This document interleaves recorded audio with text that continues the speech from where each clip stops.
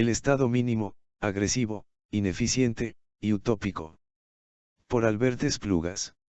Desde un punto de vista ético, el liberalismo puede reducirse al principio de no agresión. Es ilegítimo iniciar la fuerza contra otra persona, atentar contra la integridad física y la propiedad de los demás. La violencia solo es legítima como respuesta a una agresión, para defenderse de ella o para exigir restitución o castigo proporcional una vez cometida. El Estado mínimo, en tanto, carga tributos, confisca la propiedad ajena, e impone barreras de entrada en el ámbito de los servicios de gendarmería, emplea la coacción para impedir que otros puedan ofrecer servicios de seguridad, defensa y justicia, inicia la fuerza necesariamente, luego está en contradicción con el principio de no agresión. Desde el punto de vista de la eficiencia económica, el Estado mínimo se enfrenta a problemas de incentivos y de cálculo económico. El Estado es por definición un monopolio. El Estado detenta, cuando menos, el monopolio de la justicia y la seguridad en un determinado territorio. Nadie más puede proveer estos servicios sin su permiso, so pena de ser aprehendido y encarcelado. El Estado monopoliza el uso de la fuerza en un territorio dado.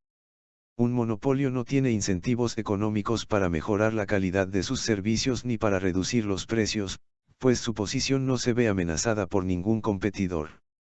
De hecho, tiene incentivos para subir los precios por encima del precio que fijaría en ausencia de barreras de entrada, para maximizar así sus beneficios.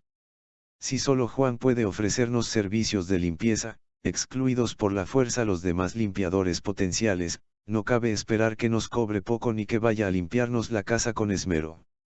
¿Por qué iba a hacerlo? Juan tiene el monopolio de la limpieza, no podemos acudir a nadie más. En el caso del monopolio público de la fuerza, los pagos son obligatorios, impuestos, por lo que además de no tener incentivos para ofrecer un servicio de calidad, el Estado puede cargar el precio que quiera a los beneficiarios en forma de confiscación. Con Juan el limpiador como mínimo teníamos la opción de renunciar a sus servicios y no pagar su precio monopolístico, pero el Estado no nos permite escabullirnos. Por otro lado, la imposibilidad del cálculo económico en un escenario carente de precios de mercado es tan aplicable al ámbito de la seguridad o la justicia como al de la agricultura o la energía. En los sectores nacionalizados por el Estado no surgen precios de mercado y no es posible economizar el uso de recursos, destinándolos a la satisfacción de los fines más urgentes de los consumidores. ¿Cuánto dinero hay que asignar al capítulo de seguridad y justicia? El 5% del presupuesto. ¿Por qué no el 15%? ¿Por qué no todo? ¿Cómo estiman los planificadores cuán prioritaria es la seguridad y la justicia para los individuos sin precios de mercado? ¿En qué medida los recursos destinados a dichas líneas productivas no estarían mejor empleados en otras líneas productivas? ¿Cómo saben qué proyectos concretos hay que financiar y cuál es la forma más eficiente de gestionarlos? En un contexto competitivo, el test de ganancias y pérdidas indica el éxito o el fracaso de un determinado curso de acción. Si una empresa tiene beneficios, significa que está haciendo un buen trabajo atendiendo las necesidades de los consumidores. Si tiene pérdidas, significa que está despilfarrando recursos, ofreciendo productos que no interesan a los consumidores o haciéndolo a un coste demasiado alto. Las primeras se consolidan y las segundas desaparecen, liberando sus recursos para que sean explotados por otros empresarios en un proceso autocorrector movido por la búsqueda de la rentabilidad.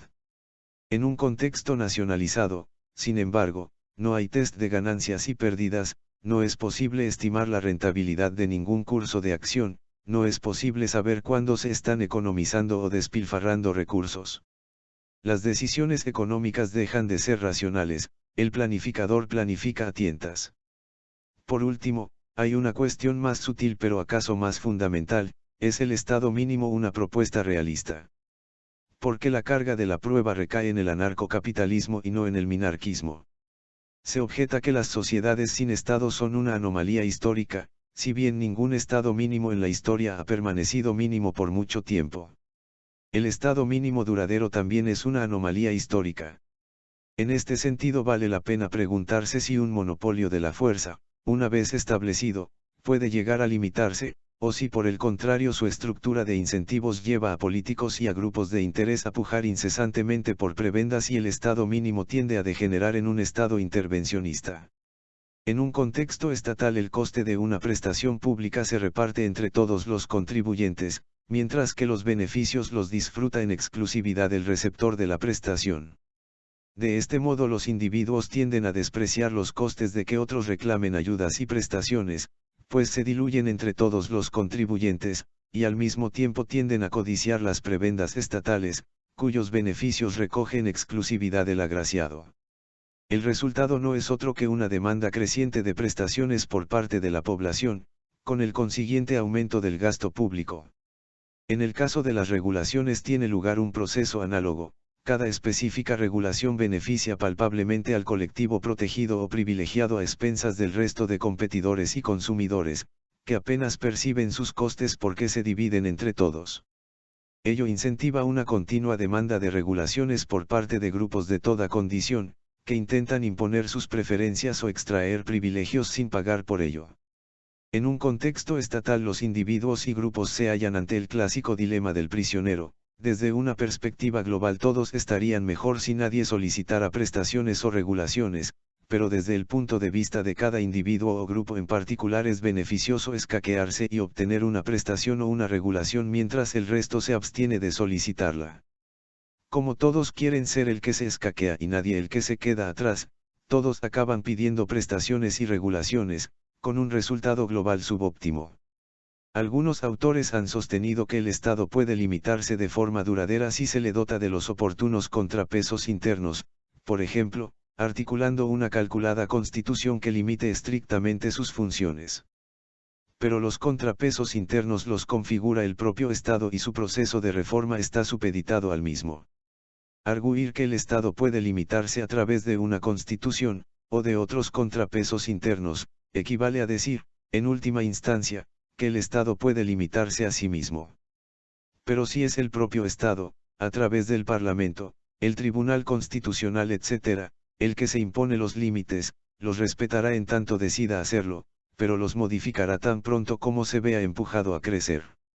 De poco sirve encerrarse en un zulo para constreñir tus movimientos si eres tú el que tienes la llave. Por otro lado, si algo nos ha enseñado la historia de los Estados Unidos a este respecto es que el propósito y el significado original de una constitución cuasi minarquista no resiste la presión del Estado por crecer y rebasar los límites que ésta impone. Los contrapesos en el anarcocapitalismo, sin embargo, no son solo, internos, sino externos.